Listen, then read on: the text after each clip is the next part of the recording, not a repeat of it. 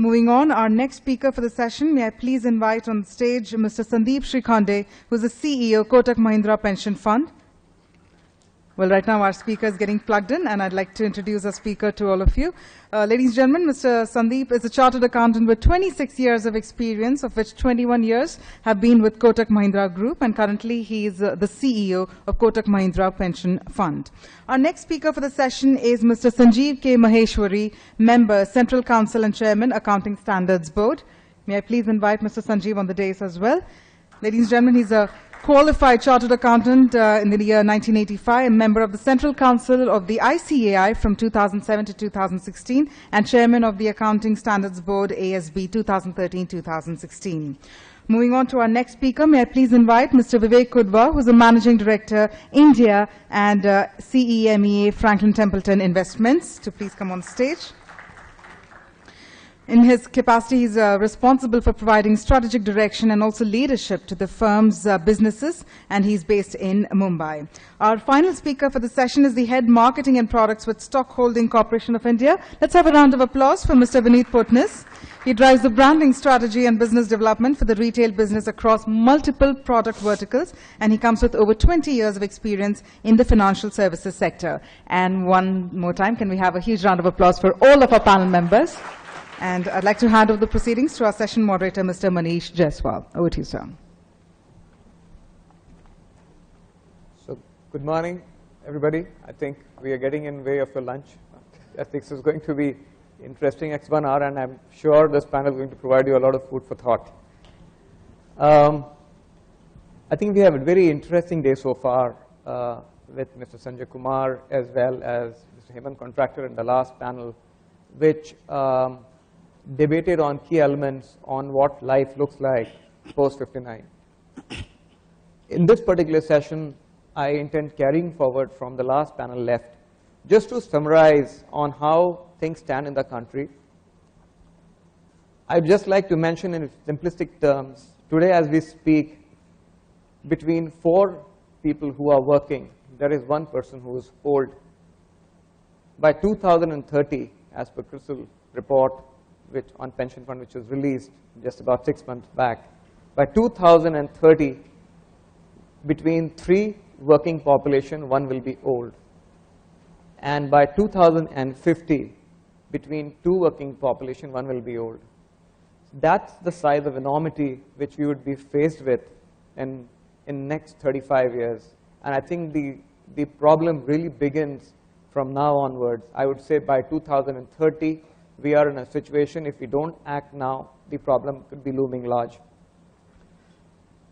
In retrospective, the 60+ population in the last 10 years has increased by 35%, while the overall population increased by 17%. Though we are below average in terms of demographics of age worldwide, but we are catching up fast on age. Now contrast this with other situation, that how is the family composition? In a particular household, in 2001, there would be earlier 5.4 people.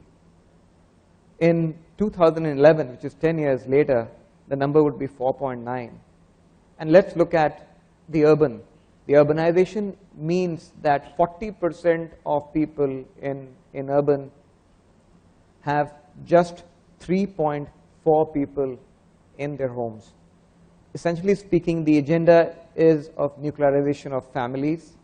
The intergenerational support cannot be the mainstay of livelihood, especially when the hats are down in the sunset years.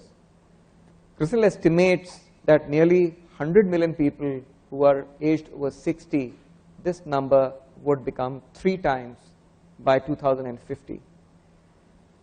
Every 5th Indian who is over 60 years today, we will find that, between 1 in 12 is over 60, by 2050, 1 in 5 will be over 60.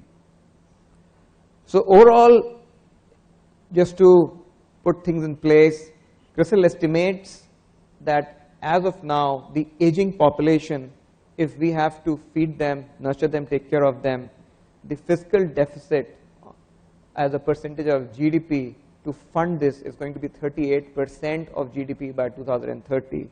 And this figure would actually go to 74% of GDP by 2050. So this is the backdrop. I think what I would now do is ask the certain thought-provoking questions to the panel here, and probably get the best views. And in case any of you have questions, and every 30 minutes, probably I will come back to the audience and take questions from you. So my first question would be to Vivek on my left. Vivek, India's pension corpus as of today stands at mere about 7 to 8% of GDP.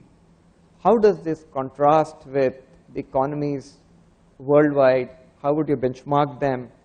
And what would be your take on how big is the gap on what we have to catch up? Thanks, Manish, and thank you all for being here this morning. The 5 top countries in terms of funded pensions as a percentage of GDP are Netherlands at 165% of GDP. Second is the US at 127% of GDP. The third is Switzerland, which is 121% of GDP. Fourth is the UK, which is 116% of GDP. And fifth is Australia, which is 113% of GDP. If we assume that our pensions are about 10% of GDP, you mentioned 7%, but even if we assume it is 10%, right? If we need to go to 100% of GDP, that means we need $1.6 trillion of funding for pensions. The way I see it is the debate so far is about, NPS it has become somehow, because NPS is the newest scheme that has been launched by the government and they want it to be a success. But when I was invited to speak at this conference, I thought I'd do a little more deeper study. So I looked at 2 very interesting reports that have come up. One by Taz Watson, which has come up in 2015, and one was by the Oxford Economic Group, which came out in late 2013, which kind of provided details of a high-level summary of the pension schemes in several different countries. And one thing that came through very clearly from that Oxford report was that Pillar 3 pensions, which is voluntary pensions, has not been a success in any country. Right? So here we focused on the Pillar 3, because that's what the government pensions in NPS 2, in NPS, it's mandatory. So that's less of an issue. If we are trying to provide universal pension, then it is that element that is the voluntary pension that we do. It's a hard task, especially made even harder by the fact that there is no incentive for pension fund managers to bring in clients because the fee is less than 1 basis points. There is no distribution fee, so distributors are not interested. I'm not saying that's the only problem, but a well-meaning scheme which is competitive, which has got great administrational or operational infrastructure, in my view, is almost doomed to be born still. Okay. But what is the real issue? I am going one step back. Right? Take the case of India. Our per capita GDP is $1,500 today, little less than $1,500. That is $4 per person per day. $4 per person per day. The numbers are important because when we give percentages and all these big numbers, people get confused. Out of that, 2/3 of the people are earning less than $2 a day. Do you think any of these people are going to invest in a voluntary pension fund or a mandatory pension fund? They have no money, guys. Let's be real. Right? Now, let me go to the CRISIL study. The CRISIL study says, and Manish, my good friend, just mentioned that we are going to have 30 crore elderly by the year 2050. Now, if 2/3 of them are below the poverty line, right, then they have no funded pension at all, notwithstanding all the good schemes that we are running. 20 crore people.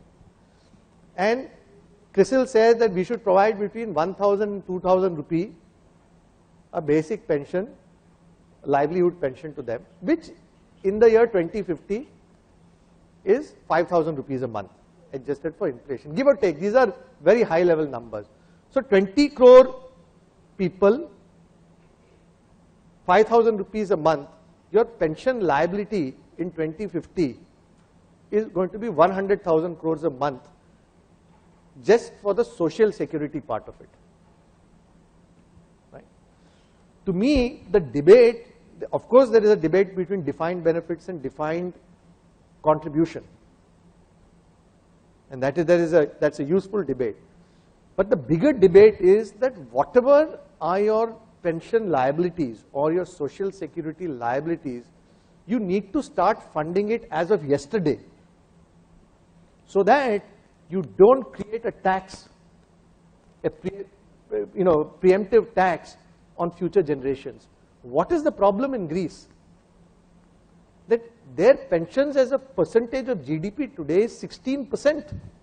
There are many problems. This is not the only problem, I can assure you. I was in Greece just 5 days ago. But that is the enormity of their problem, and it's not funded. So 16% of their GDP is getting eaten up paying pensions. As a result, unemployment rate is 50%, for youth is 50%, and overall unemployment rate in the country is 25%. So the issue to me is we have a big funding problem today, both for the government defined benefit scheme, which is a pay-as-you-go scheme, and for social security, which is inadequate and is a huge problem.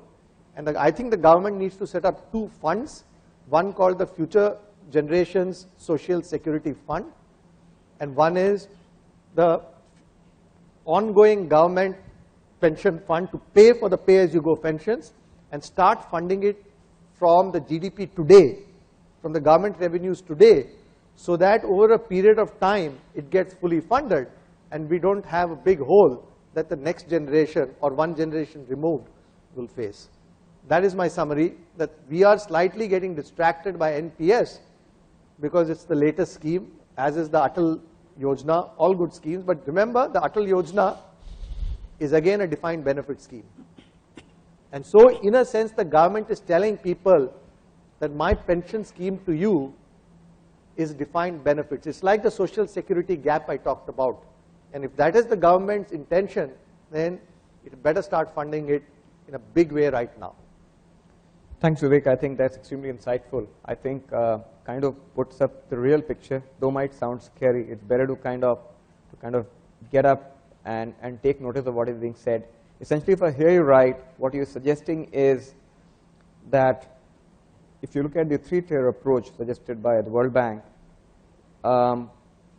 the lower strata, or let's say the bottom of pyramid, essentially speaking, needs to be brought into social security net, and for which we need to create a social security fund and start funding it on yesterday basis, then make future generation pay for it. In sum and substance, that is the point you're making. Correct. I would like to turn and ask Sanjeev, what would his views be as to why in the current budget we don't see this coming as a planned expenditure or neither as an unplanned expenditure? Manish, I believe that good is not the enemy of excellence. I think if you look at over the last several years, there has been a movement in terms of the way forward as far as pension schemes are concerned. We need to look at from where we were and where we have moved on, and then we will be able to chalk out in terms of what will be the best way forward. What Vivek just mentioned is right, that in terms of if we have defined benefits, ideally it would be more appropriate if we can have the funding done right now rather than leaving it to the next generation. But I think it's a mindset issue. It will take time. It will need a paradigm shift as far as the government is concerned in terms of deliberating and accepting on the idea that you need to create funds at this stage itself, because it's very easy to push, to announce some scheme today and probably make some the deferral in terms of the cash outflow to be left to the next generation. So to my mind, I think it's a matter of creating awareness, more interaction, more engagement with the government and sounding them in terms of what would be the most appropriate strategy by summits like this, where we can take our voice to the government. Thank you. I now turn to Sandeep. Sandeep, I think as Vivek also mentioned, a lot of debate since morning has been around NPS, Atal Pension Yojana, while Vivek clearly mentions that the need is to actually to go beyond of much and more beyond of what we currently are right now. What do you think could be other forms of creating a pension corpus apart from what we have right now? What role can other bodies, private bodies, mutual funds, insurance, or others can play in creating an enabling environment for creating a pension corpus? Good afternoon, everybody. See, I think what Vivek and Sanjeev have already said is that we have to make a beginning, and the earlier we make the beginning, the better it is for all of us.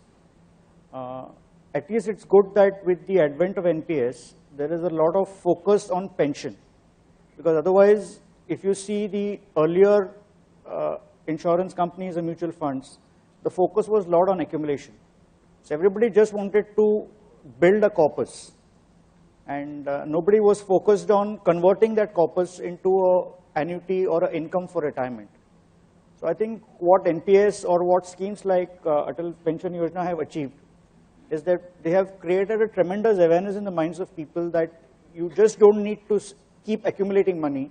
You also need to ensure that you use that money for a pension once you retire. So I think that itself is sufficient. And yes, it's a long way to go, no doubt, but then I would look at it this way that there's also, we still have a long way ahead of us also. It's not that, it's not the end of the world. There's still a lot to go. Still a beginning has been made. Already we have some 85-90 lakh people already enrolled. Maybe a large part of them are government employees.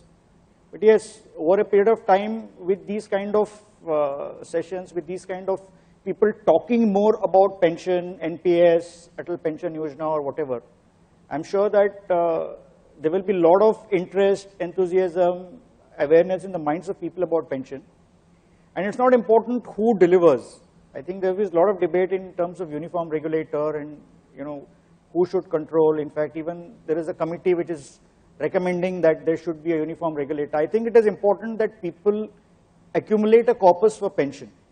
Yes, there will be some advantages if you do it through a NPS in terms of charges. There may be some advantages in taxation if you do it through an insurance or a mutual fund. But I think over a period of time, all these will iron out. And it's very important for all of us to start creating awareness, building awareness about the pension, because the number of people who are going to be requiring pension, as per the figures just mentioned, is going to be substantially high. So I think it's a mission which all of us should undertake to create awareness about pension in whatever strata or whatever forum we represent. And I think that should be a good beginning. A part of the job will be done because of that. Thank you, Sandeep. So your key point is to create awareness first and action will follow. I would like to turn to Vineet. Vineet, what Vivek mentioned, the 2/3 of population earning about less than $2 a day. How do you think we reach them? And how many cents or dollars can we collect from them as a pension corpus?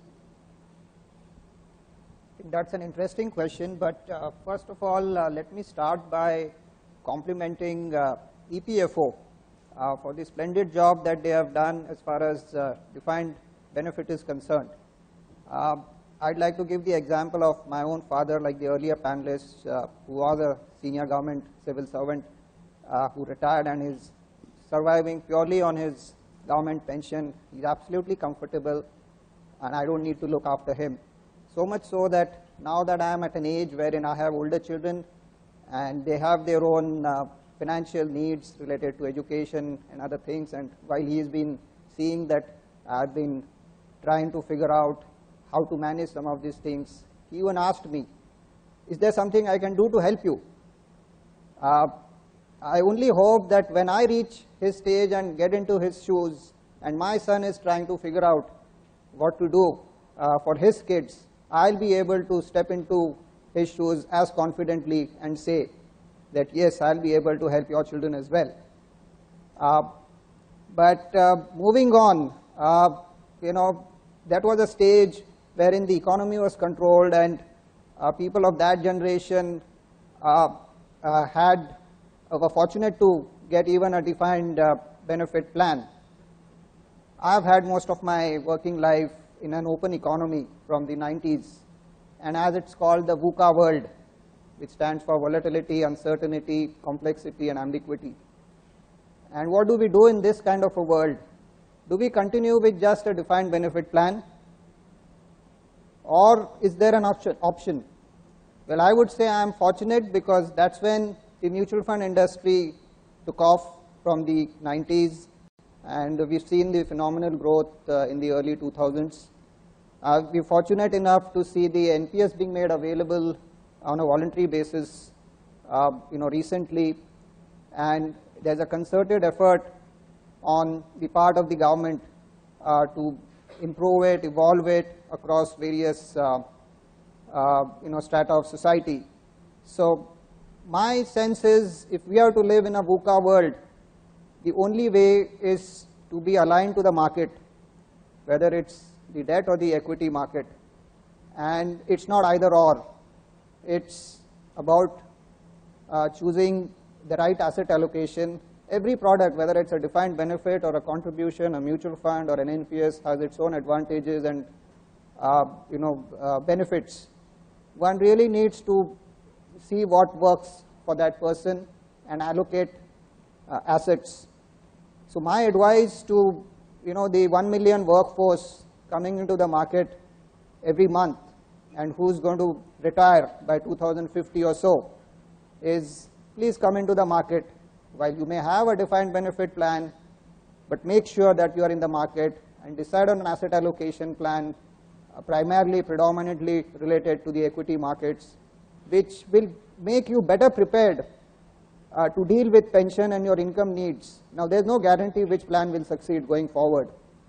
The finance minister already talked about a depression coming up, and we don't know in the next 35 years how many such depressions could or may not come.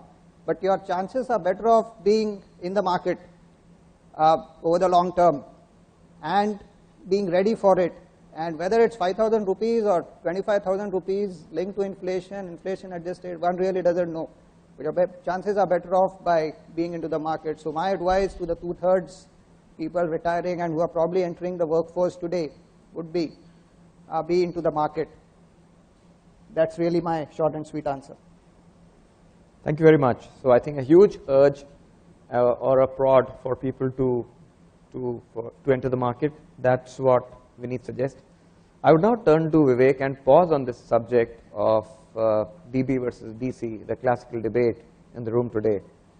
Vivek, given your experience as the MD for EMEA, what is your sense of DB and DC model mix in pensions, and what are the best global examples?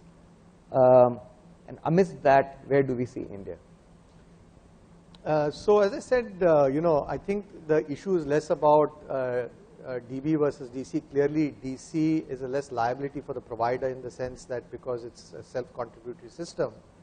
But in either case, especially in the DB case, DC is funded. In DB, I think you're better off if it is funded. Now, most DB schemes, unfortunately, including the Government of India scheme for civil servants before 2004, as well as the army and several other constituents, is a pay-as-you-go scheme, and that's the problem, that it's not funded.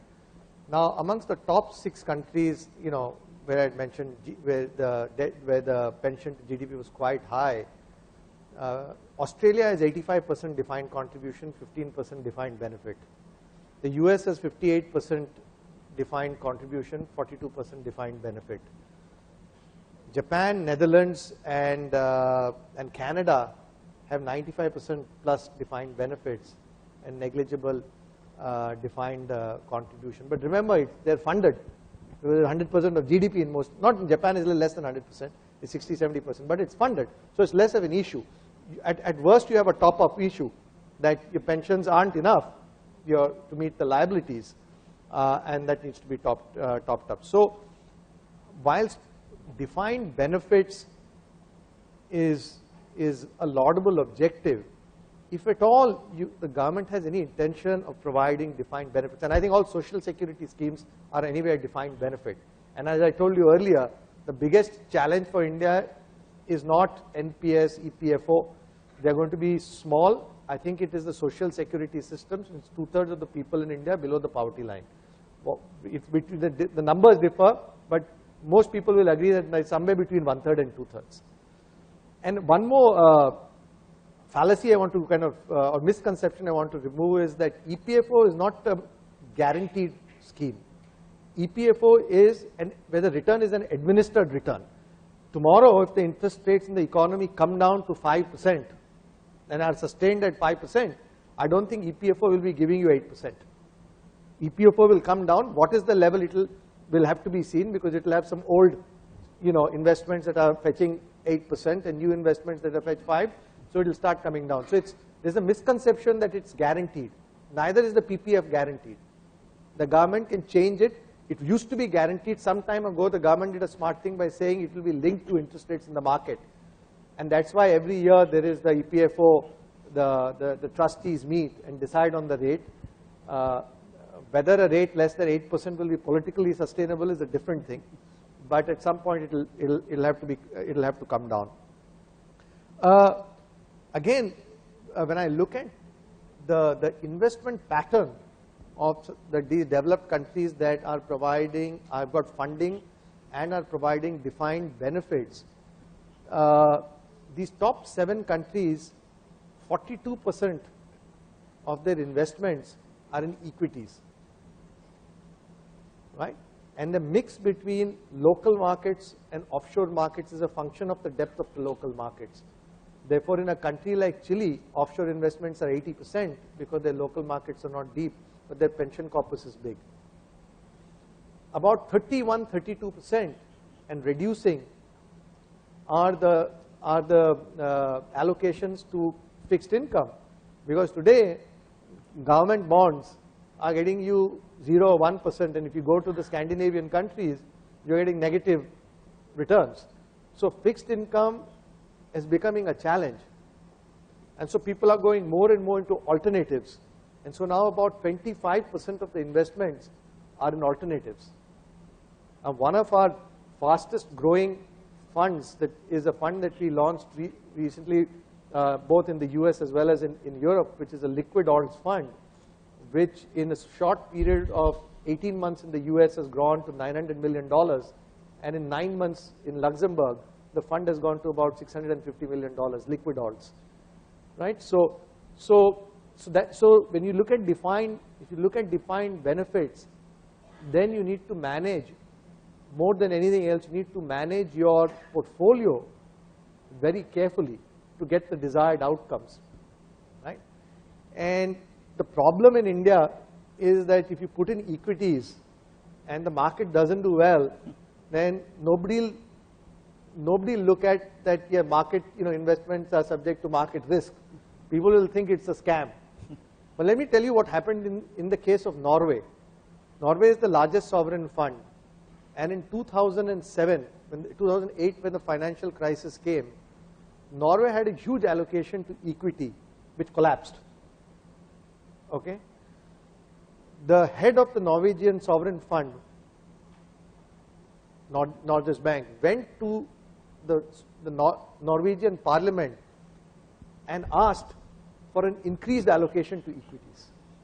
I'm talking about 2008, when everybody thought the world was coming to an end financially, right? And they got the approval, right? They put more money into equities, and the rest is history. Today, I think the global equities, of the ownership of global equities, I think 2% or somewhere between 2 and 3% is owned by the Norwegian sovereign fund globally, across the market cap, right? So so it requires you know, and Norway's pension fund is totally transparent. Everything is available on the website. Everything is available, right? So it requires a lot of courage and conviction if you want to create a pension system, right? That where you need to fund it, but you also need to make sure that you take advantage of the market and the growth in the equity markets. Now, we have some funds that over 20 years have given 23-24% compounded annual return since 1993-94. Yet all of us seem to be very happy that the EPFO is giving 8% or 8.5%. 1,000 rupee invested in 1993 would have today is worth 70,000 rupees. So I think we need to, if we want to create the social security system that serves all, right? And if we believe in India, you cannot believe in India and say India is going to have 8% nominal GDP growth, real GDP growth, 14% nominal GDP growth, and then be satisfied with the 8% return. So the government has to look at investing, getting more of this money invested in equities. They need to give people choice, right? They need to have some rules and regulations around it, right? But to answer the question, I think whether it's defined contribution is better than defined benefit, because your liabilities are defined. You still need to make sure that the defined contribution pot is maximized, and therefore those investments also need to be invested wisely and allocated between equity and debt. But the bigger issue is, for me, pay-as-you-go systems are a strict no-no, even when it comes to armed forces and civil servants prior to 2004. Whatever is the liability, let the government in the next 30 years fund it, so that once and for all, we do not levy a preemptive tax on the next generation. To me, that is the bigger issue. So in short, I'm neutral between the two. I think defined contribution is better because it, from a provider perspective, but either way, I think where funding is required, and please don't miss out on equity market and alternatives. The fact of the matter is, real estate has given huge returns, and we haven't benefited from real estate investments. Yet all of us are running and buying properties to stay in, but our pension pots have not benefited from the growth in the real estate market. Isn't that a travesty? Thank you, Vivek. I think extremely insightful and brilliant points. I think the key message here is DC is fine so long as you fund it at the sum and substance of what Vivek mentioned. Essentially speaking, when you talk about the World Bank pillars, what I hear is that Pillar 3 is virtually redundant, doesn't work anywhere, as you mentioned. Pillar 1 is very applicable for the people, for the pyramid at the bottom, which essentially is 2/3 of our populace. Probably the World Bank suggestion on Pillar 2 is applicable for the upper tier, or I would say the retail mass and retail affluent and HNI or ultra HNI. That is the segment where possibly this seems to be meandering. The next question which I have is, taking cue from what you mentioned, is that 42% of investment you mentioned for your economy is invested in equities. Let's look at India. Contrary to our perception, Indians, even if they may earn a little, they tend to save. And the saving has varied from 28% to 23% last reported. And within this 23%, if you look at the general psyche of a typical Indian is physical assets.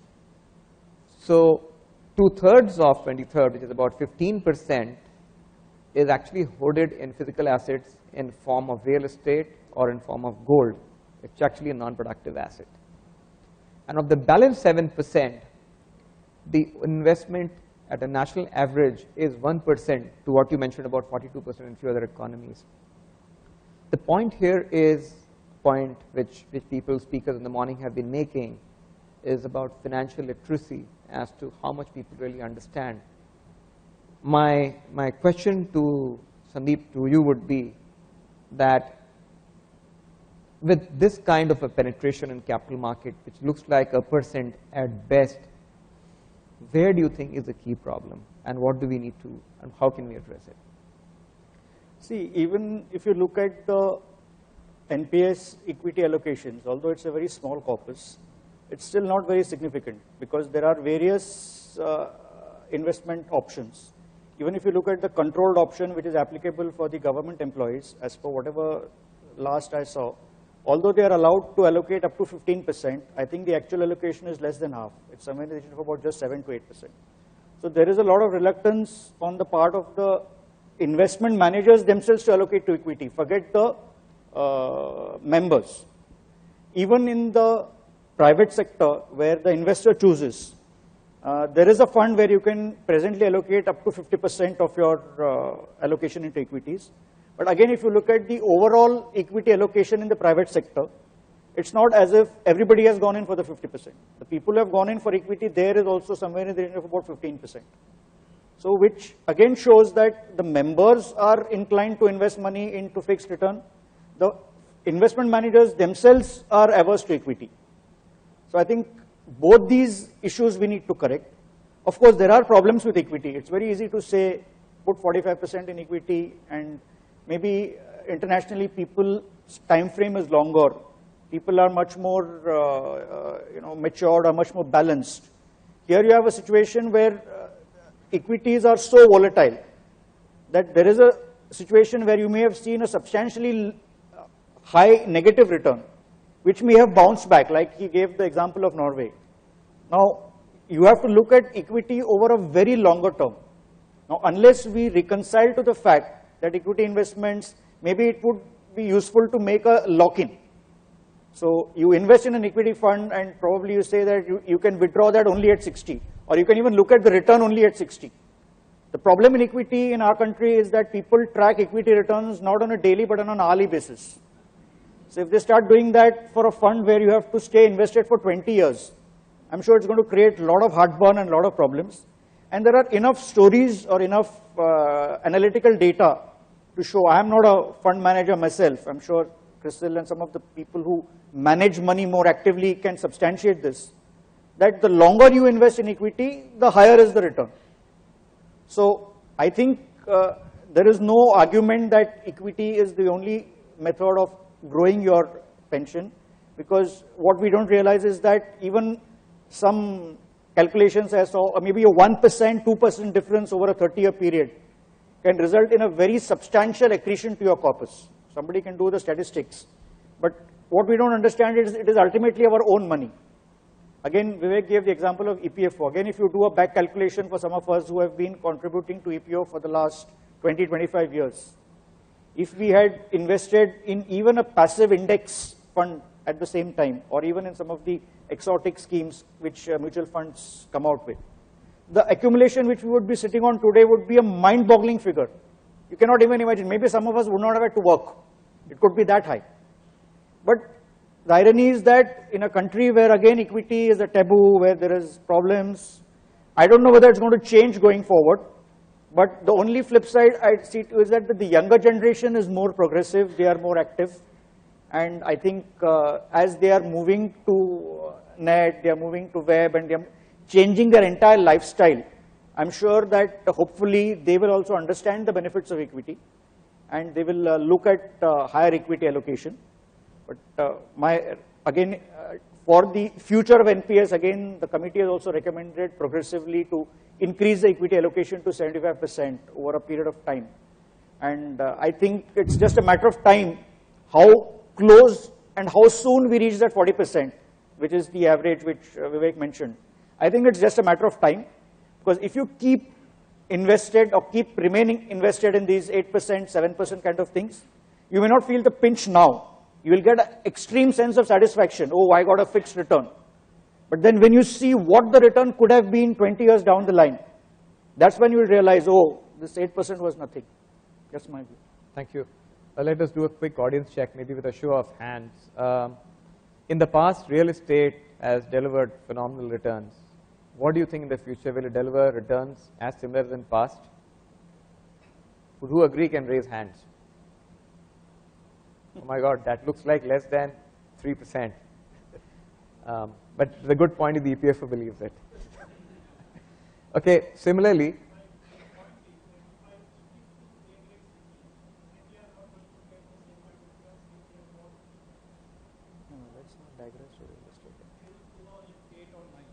If I go to B or C grade cities, I'm definitely going to get the same kind of returns. can I take the question later, please? I'll come to the question session for sure. It's just that I wanted a show of hands.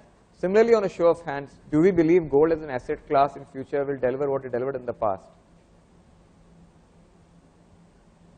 So great, just another less than 1% here. So if most of us in this room believe that going forward in future, real estate and gold may not be as attractive, why still is the populace not looking at capital markets when the fact of the matter is we have heard in last 15, 20 years, real estate has delivered on a minimum basis depending on large, mid cap, whatever you've chosen, minimum 15% to 25% annualized returns. Something to ponder about, I think. This was just about to sensitize. No, this is a comment. I now turn to Vineet. My question, Vineet, to you would be that 92% of the working population, which is not under any form of pension cover, what could be key enablers on getting people in the informal sector or into the formal sector of employment so that they at least have some form of pension cover? Yeah, it's true that more than 90% of the workforce is not having any form of pension. But let's look at it from a marketing perspective. Today, we have 800 million mobile phones in the country, and more than half of them smartphones. And this 800 million is a figure coming across tier 1, tier 2, 3 cities where people have moved from no phones to cell phones and to smartphones. And these are not people, and many of them have not really graduated from a simple basic phone to a smartphone. And who are these? I mean, this is a younger generation. Here we are talking of people who could be in the informal sector, and there are various defined benefit plans available for them. It's a matter of reaching out. So the banks with 1.2 lakh branches have been doing a job, but probably not enough. NPS with, let's say, about 35,000 POPSPs touch points, also not enough. And there is also already a move to have another layer of intermediaries there to reach out to this population and the potential younger segment. But I'd like to come back to the more important point of technology, wherein through technology, social media, one could reach out fast and across different customer segments and bring these people, at least in terms of the awareness phase of a pension as a concept, pension as a product that is important to have, whether it's a defined benefit or a contribution plan, it doesn't really matter. But if Twitter can be used effectively by governments or to criticize somebody like Bobby Jindal, why not an NPS hashtag? NPS is so good, and I'm sure there are a lot of promoters to that who would make it viral within no time. So reaching out through the physical network, you have 1,55,000 PIN codes in this country. How many of them really have been leveraged? Even the e-commerce companies, I guess, serve only about 1,000 towns or so. So we still have a lot of work to be done in terms of geographical distribution reach, reaching out to the younger segment through technology and social media, and creating awareness And it's an evolutionary phase. It's not going to happen overnight. It's not going to happen in a short span of time. And it's better it doesn't happen in a short span of time, because what goes up too fast also comes down. And we've seen that during the equity boom and bust. So it's better that one step is taken at a time. If 92 comes down to 80, and 80 comes down to 65, even the US, after so many years of introduction of 401k plans, still has more than 50% of households not covered. So it's a long way to go, but as long as we are taking one step at a time and not moving sideways or taking a step back, it's fine. Thank you. I think we moved from financial literacy to into penetration. Vivek, the important question here would be that we need to increase the share of organized sector employment, which currently is languishing at around 8 to 10%.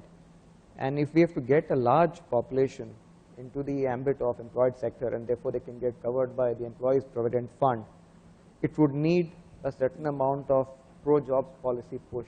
What are your views on this? Pro-jobs, yeah, that's, you know, that's a difficult question to answer. I mean, you know, the issue of providing jobs is a challenge. Firstly, I think there's the, you know, we have to go one step back. You can only provide a job to somebody who has the necessary skills. If you look at our education system, it's broken. I mean, if you go, we tick the box. We are wonderful at ticking the box. You know, we tick the box at school. You go to some of the schools in the villages, there are 4 walls, no loo, no teacher, no blackboard, no chalk, nothing. It's a school. So the box is ticked, right? So the education system needs to be mended, and I see nothing being done in that area. In fact, unfortunately, I think the education ministry is focused on many different things, but the core issue that the education system is broken. So I think, to me, the solution is the use of technology. What is the problem? We have all these tens of thousands of schools. We don't have good quality teachers because the pay is admissible. Even where, you know, I hear that a lot of these teachers, the government pays them 20,000, they sit down at home with 15,000 and ask somebody else, give him 5,000 and say, you go and teach. So the guy who's finally teaching is getting paid 5,000. You can imagine the kind of education that is being imparted. So I think you need to use technology. You need to have a teaching that is done centrally, so people can be video streamed, the live streaming of the classes. For that, you need to have you know, the classrooms upgraded, but you can then achieve a lot more. You can monitor who's attending, who's not attending. You can have one guy teaching, you know, 25 schools, 30 schools, because the class is the session is being beamed live from a studio. Somebody can monitor what that individual is doing, so the quality you can maintain. So that's the first thing. I think the education needs to be set right. A noted education has told me that of the 125 million, so I hate to give these statistics that are somewhat grim, but you know, we have a problem. The so-called demographic dividend that we have can, in 30 years, become a huge liability with aging and joblessness and poor quality of education. This education has told me that of the 125 million people in the education system, less than 5 million are employable. So 4% are employable. Doesn't mean that they have the jobs. They're only employable. That means they can hope to get a job.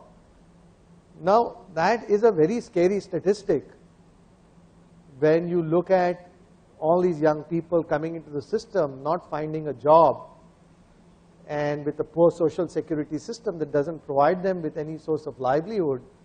It has very significant implications for crime rates, for you know, all kinds of other activities that people take to if they don't have a job and a livelihood. So it's tough. I think the government is well intentioned, you know, and I think the government has the right focus that you create the infrastructure, you build the new cities, you address power shortages and all this stuff, and hopefully that will result in creation of the job. One big issue I have with India's system which is also reflective in the NPS, is this tendering system in L1. We give the contract to the lowest cost, even if that individual has little technical ability. Therefore, our roads are full of potholes. The NPS management fee being paid to the pension fund managers is 1/10 of 1 basis point, right? Right. So, which is nothing. Even for the EPF, it's I think it's 1 basis point. 0.0009, I think it is 0.0009 or 0.009. So, you know, I mean, our system is such that we gravitate to the lowest quality, and we build poorly and then spend a lot of time fixing. Now, even the airports, instead of, you know, we gave it to the L1 tendering system to people who weren't really qualified in airport management, and therefore, what is the net result? It was a play on real estate. So we are all now paying UDF, ADF, all these other fees that have come in later, right? If you take roads, right, there's no viability. If you build a road in India, there is no viability. So talking about public-private partnership, where the private sector is getting taken care through viability gap funding, right, and government is bearing all the risk, then why should the ownership of the land and the asset remain with the private sector? So there are very many issues in this whole job creation conundrum, but it's a very big issue. And that's why in my opening comments, whatever is the jobs you can create, you should try and create. But I feel still there will be a very large section, maybe 2/3 of the population that live in abject or, you know, in poverty, for which a social security system is required. You know, we go through an education system. I went through an education system. I had the best of education, lovely boarding school, IIT, IIM. But what I remember most is a gentleman by the name, a freedom fighter named of Achut Patwardhan, who told me, beware of numbers. They can be very misleading. Because he said the government of those days, it was very much the Congress government in the 70s when I was in school. He said, we'll tell you that we have reduced poverty in India. Poverty levels have come down from 80% to 60%. And he says that's right. But he said at the time of independence, we had 300 million people, 80% was 240 million. Now we have 600 million, 60% of that is 360 million. The actual number of people below the poverty line has grown by 50% from 240 to 360. But we are all patting ourselves on the back on progress. So numbers can be very deceptive, you know, whether it's job, you know, it's all, what is the unemployment rate in India? If you take both underemployment, hidden unemployment and actual unemployment, I think it will be well into the 20s, 20% plus. It's a serious issue for us, and we need to really find productive jobs for people. It's a huge, huge challenge. And actually, technology and progress, it's a strange thing that, you know, when we talk about technology, what is technology doing is cutting jobs. What is progress? We say better productivity. Better productivity is more people producing what, you know, less people producing what more used to. That means there's less jobs available, because you can't eat more than what you're eating. Of course, people are eating more and having health problems, but that's a separate thing. So it's a very difficult situation, and education to me is the starting point. All of us in this room, I think bar no one, will thank their parents and their family for giving them a decent education, because of which we are sitting here, right? My grandparents were very poor. So, you know, so education is the starting point. Good education can lead to jobs. If not in India, you can go out. Anybody who's well qualified in India is getting a global job. We have so many global citizens. But it has to start with the education system. So it's a very big issue in my view. Thank you, Vivek. I think CRISIL released a report actually in September 2014 mentioning the need to One thing I would like to assure Vivek is that although the charges are lower, the quality is not like the roads. The fund performance is very good. You guys can talk off the Yeah, I think I think the performance, you know, I will just respond to that was saying was, does it matter if the equity markets are giving 15%? Does it matter if somebody gets 14 or 14.9 because of lower fees? The problem is, firstly, nobody is in the pension scheme. That is your bigger problem. You get the guy, you give him 14%. It doesn't matter if somebody makes 1%.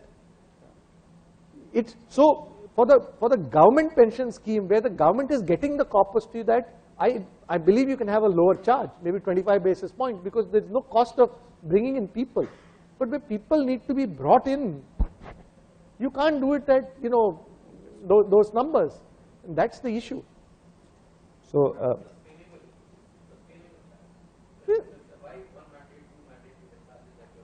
actually, you cannot, correct.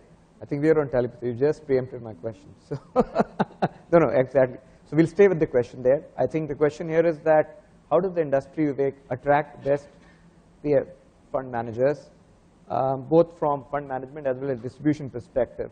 I think that really is the key debate which I think we must have, and it will be good to kind of get your views and maybe also Sandeep's views on this. So see, investment management is a costly resource. Portfolio managers are expensive resources, but they do the stock picking, right? Our best global manager, who's a world-leading global manager, manages 180 billion US dollars. Okay. Now, since it's an expensive resource, you must give the portfolio manager the flexibility to manage all kinds of assets. I don't know why we are called the mutual fund industry, which is wrong. We should be called the investment management industry. Wherever there are monies that are available for management, right? We should be able to manage it on the same terms as others. So whether it's insurance. So in India, the mutual fund industry and the insurance industry are at loggerheads, right? And what we achieved was reduce the fees for the insurance, making their business also unviable, right? This is what we achieved. Arguably, their fees were high, right? Elsewhere in the world, when you take a ULIP, the underlying investment is a fund of Franklin Templetons and other funds. So people get a choice, they can choose your fund or somebody else's fund. We manage money for the largest pension funds in the world. We get segregated mandates. 100 million, 500 million, $1 billion to manage in equities and debt and different securities. Right? But in India, we can't. We used to, by the way, Franklin Templeton used to manage the assets for Max New York Life and Tata AIG when they were initially set up. And you go back in those days and look at the performance of those insurance companies, their equity allocations. It was the best in the country. They were number 1 and number 2. Right? Sorry, the question here would be then, therefore, maybe they feel that there's a double charges. You pay the fund manager as well as pay the mutual fund, the AMC. So it is getting into those kind of issues. So do you think there is a need for mutual funds to have a lower cost plan to be able to? No, it's not a low cost. We managed with Tata AIG, by the way, they didn't put money in our mutual funds. We advised them on their equity assets. So we were paying them a small fee for it, not the huge charge, the charge that applies to a retail fund. Because in this case, we didn't have any cost of bringing in the money. See, when you say that mutual funds charge a lot, let me tell you that the proportion going to distributors is much higher than what we keep. But that is the cost of bringing in people and holding their hands. And it's a big mistake to assume that that's not important. A big learning for us from the global financial crisis was that when the markets crashed, those who didn't have a trusted advisor fled the markets and didn't participate in the rise. So they took a one-way hit. All those who had a good financial advisor, with whom a trusted financial advisors, were convinced to stay invested. And markets rebounded over the next 3-4 years, and all are in positive territory today.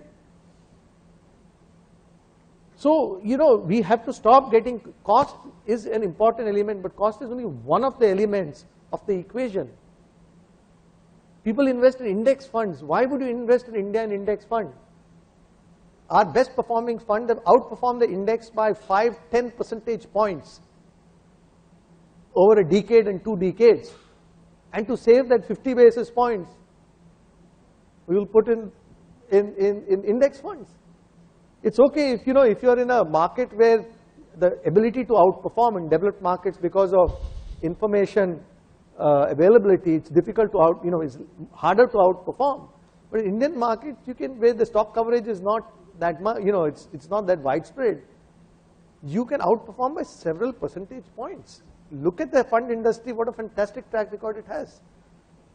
And you are not passing on these assets to the fund industry to manage. I would agree with Vivek on this, because I think cost should not be looked at as an independent component. It should be looked at in the perspective of value. What value are you deriving? Mutual funds charge 2.5%, equity funds, but still the performance consistently has been far superior than other forms of investment, particularly on the equity side, including NPS. So why shouldn't somebody pay 2.5% as long as he believes he's getting better value? It's the same thing like you go to a premium restaurant and order a cup of coffee versus coffee somewhere else. So it's the same coffee, but you get it with a better value. So we should have both the options. And NPS has other advantages. Mutual funds have the advantage of better returns for obviously a higher fee. And a lot of that fee, as Vivek said, goes into distribution, which is why the distributors are motivated. And NPS distributors don't find it remunerative enough. So this is where one really needs to look at, rather than looking at one element alone. Just one point I'd like to make, what the fund industry is not asking for to get to manage the money at the same price they manage the retail assets, right? If the money if I don't have to incur the cost of bringing in the money, we can have a separate pension plan for each of our equity and fixed income schemes, and we can manage the pension corpus at a much lower cost to the investor, and you are buying a track record of as far back as 20 years. Surely that must count for something. I think I would just like to make one point. I think people are overemphasizing the investment part of NPS. First of all, mutual funds operate in a different regulatory environment, and NPS operates in a different regulatory environment. If you look at the investment patterns for the government employees as well as for the private sector, as it's called, there are a lot of conditions, or there are restrictions is probably a strong word, but there are a lot of limitations, which some of my friends from CRISIL would know because they evaluate the portfolios.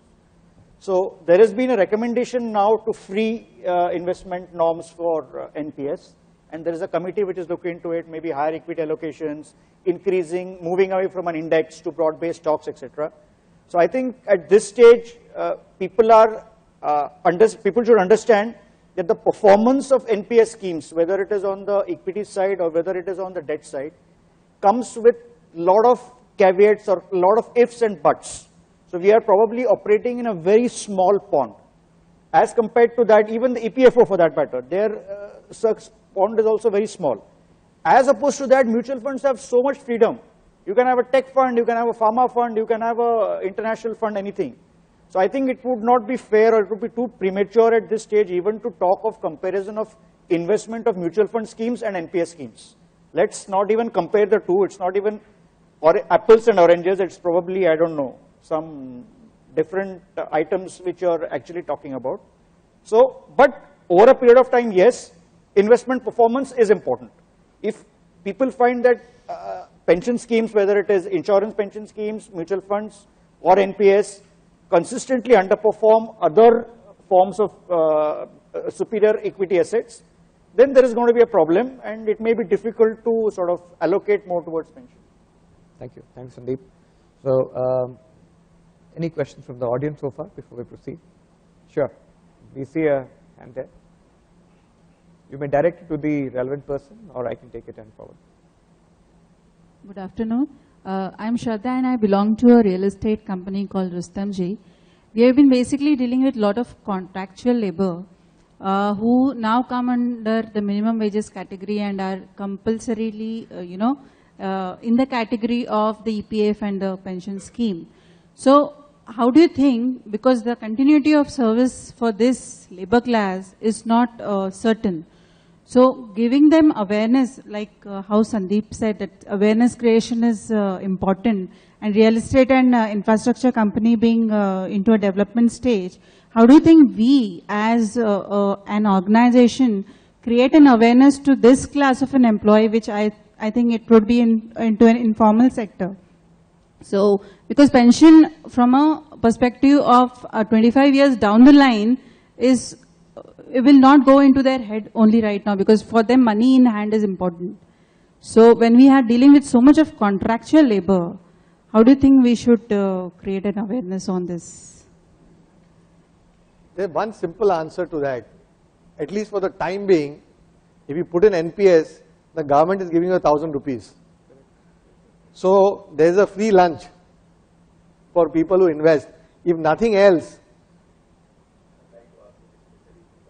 Sure, please. I think, can somebody give a mic to Mr. Sanjay Kumar? Hello. Hello, good afternoon. Anybody can get a mic here, please?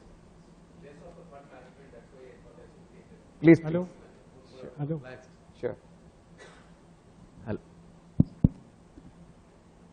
The problem of how to bring in the contribution on a very sustained level from the contract work is a challenge for all the economies in the pension fund.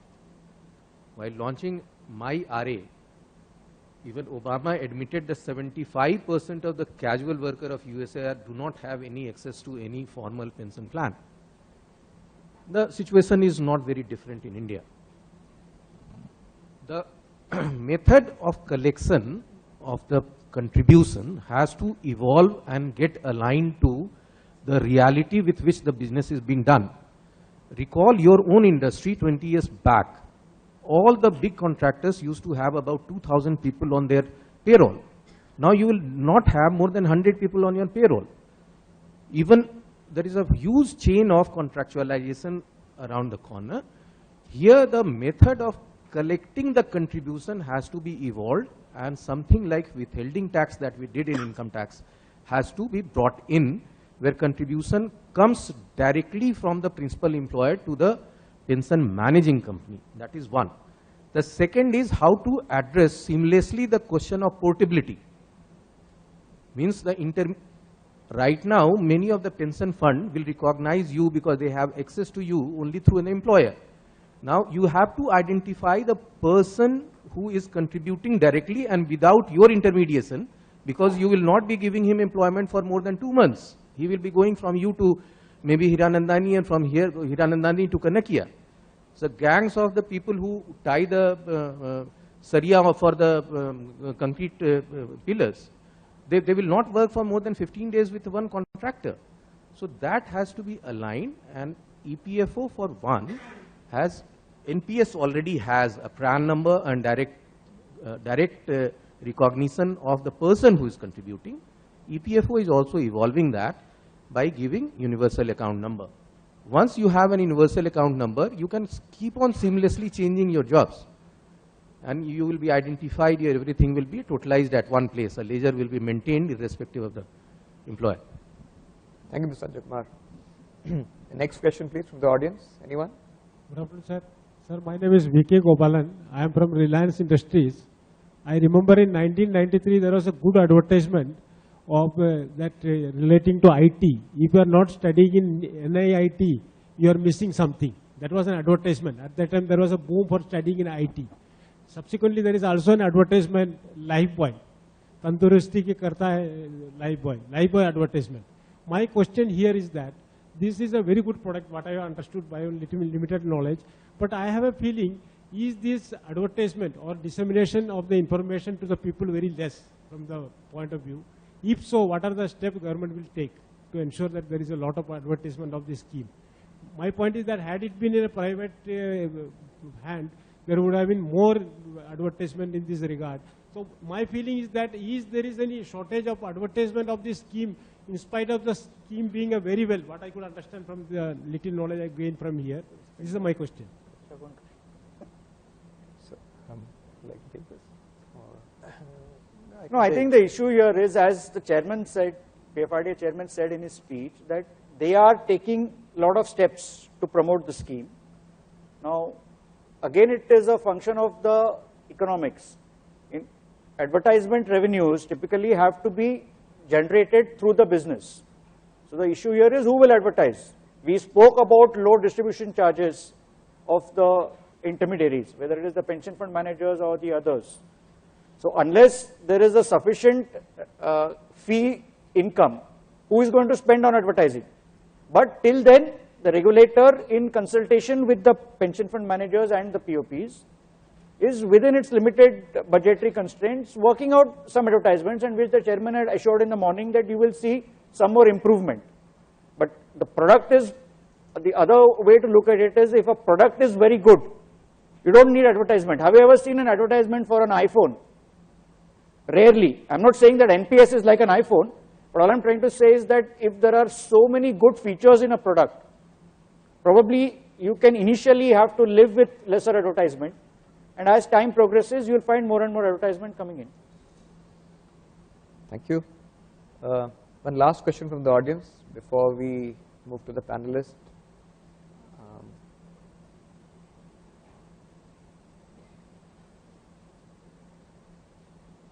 Anyone? Thank you. So what I would request is the last word from each of the panelists, and then we can summarize. We can start from you.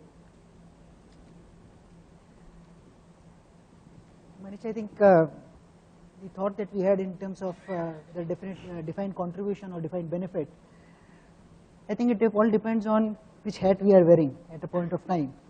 If we are looking at in the private sector from the employer's perspective, if we are looking at from the government's perspective, the defined contributions definitely seems more attractive because there are less headaches, less commitment, and no perpetual liability. But when you look, the whole objective of this thought process is that we need to give social security. And we want to give social security, then that means we need to look at defined benefit. The scheme of Atal Yojana scheme that we have now, it appears to be a defined benefit scheme, and though we were discussing that whether it is really a step in the right direction. But if I look at the calculations, probably it has an inbuilt IRR of about 8%. So probably the calculations have been made in such a way, probably, that it would actually be more like a DCB, but appear to be more like a defined benefit. I think we are in the transitional stage, nascent stage. I would still say that we are yet to evolve significantly, and I think it's only the collective action by all the regulators along with the participants in this industry will take this way forward. Thank you. Thank you, Sanjeev. Sandeep, yeah, I have just 2 minutes. Somebody asked Jack Ma, who's the founder of Alibaba, where do you see yourself at age 60? So he said, lying on a Hawaiian beach. So my question to all of us, including the panelists, is where do you see yourself at age 60? Do you want to have a steady source of income, maybe not on Hawaiian beach, maybe any other beach? Do you want to see yourself lying there and enjoying life? Or do you want to continue to work till whatever? You know, we had a prime minister who was, I think, 80 last. So do you want to continue to work for 65, 70, 75, 80? You have to answer the question yourself. So if you want to be on the beach, please start a pension from anybody here, whether it is an insurance, EPFO, mutual fund, anybody. If you don't start a pension, then the consequences, you will not find yourself on the beach, you will find yourself struggling somewhere. It's inside the waters. Maybe. Trying to stay afloat. Vivek, what would the last word be? I think my main comments would be that I think we need to address the issue of funding or defined benefit pensions, both especially at the government level, as well as the funding of a sustainable social security system. That's one. Let's not believe we have a lot of time on our side. 25, 30 years seems to be a lot of time, but when you look at the fact that people are not, education is an issue, jobs are not available, we don't have that much time. Unless all of you believe that by the time 2050 comes, that we would have created jobs for everything, so there was 30 crore people who are above 60 all have some kind of formalized pension. So that would, and the final thing I would say is that, which we didn't kind of cover, is that across the globe, 2 things are happening. That the retirement age is being increased. So one way to address the pension gap is to say a pension will no longer be available to you at the age of 60, but the age of 61, 62, 63, 64, 65. In the developed world, that's moved to about 60. I think it's about going up from 65 to 67. So some food for thought. One way of addressing the pension issue is just make the eligibility of pension age a little further. Thank you. Vineet? Yeah, I think the problem of pension has been well defined by Vivek in terms of how scary the scenario could be, and I think it's all well known that the main problem regarding any form of pension is awareness. So there I believe one should really have a customer segmented approach. Earlier it was only an EPFO and maybe one or two schemes which it was assumed would sell by themselves through the corporate route, and that has reached a certain point, but clearly that needs to reach out to the 50 million SMEs that we have. So can we have a kind of a distribution mechanism wherein we reach out not only the EPFO but also the Atal Pension Yojana, which caters to the underprivileged sections of the society, and the NPS as well. And the NPS is well structured in terms of its architecture, wherein you have a CRA, you have the POP, you have the pension fund manager and the annuity service provider. And if all of them together work in terms of creating awareness, I don't see any reason why NPS can become successful. I think everybody is working in silos today as far as NPS is concerned, and that also is clearly leading to some confusion and hiccups. Nobody is really taking in our experience when we market the NPS as a POP, we find there are a lot of questions related to annuity, and the typical question is, how much pension will I get? People want to know a hard number. So we only talk about an accumulation phase. The gap is really on the end. But if the four intermediaries work together in terms of a concerted approach under the guidance of PFRD, and the distribution is recognized as a key function as opposed to just record keeping or service or fund management, I think it will lead to a lot more success. Thank you. So to summarize this panel in a couple of sentences, as it would be very clearly, is that the debate around defined contribution, defined benefit, do we have to select one of them? I think the answer is that you need both of them. What we agree here is that there are sections of society and strata of society which need to be under pension net, and therefore there has to be a universal pension corpus creation which has to happen. And the most important point here is that it has to be funded. There are examples globally of leading economies, how they've been funded. Specifically speaking, depending on your country's demographics, the corpus or the ratios between DC and DB may vary over time. The second key and large message is that we need to have investments which beat inflation, investments where we go beyond our traditional asset classes and there is more participation in the market. I think with this, we would like to summarize this session. Thank you very much. Thank you very much, gentlemen, for opening up a Pandora's box of perspectives for all of us. And with that, I'd like to once again invite Ms. Sandhya Dhar, who's the Sector Head, Times Conferences Limited, to please come on stage and present the mementos. Firstly, to our session chairman, Mr. Manish Jaiswal.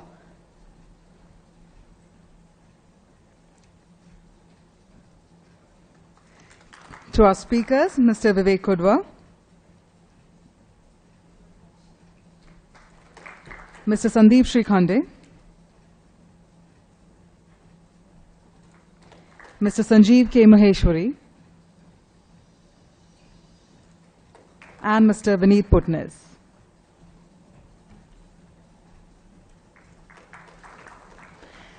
Thank you once again, and I request you to please come together for a group photograph as well.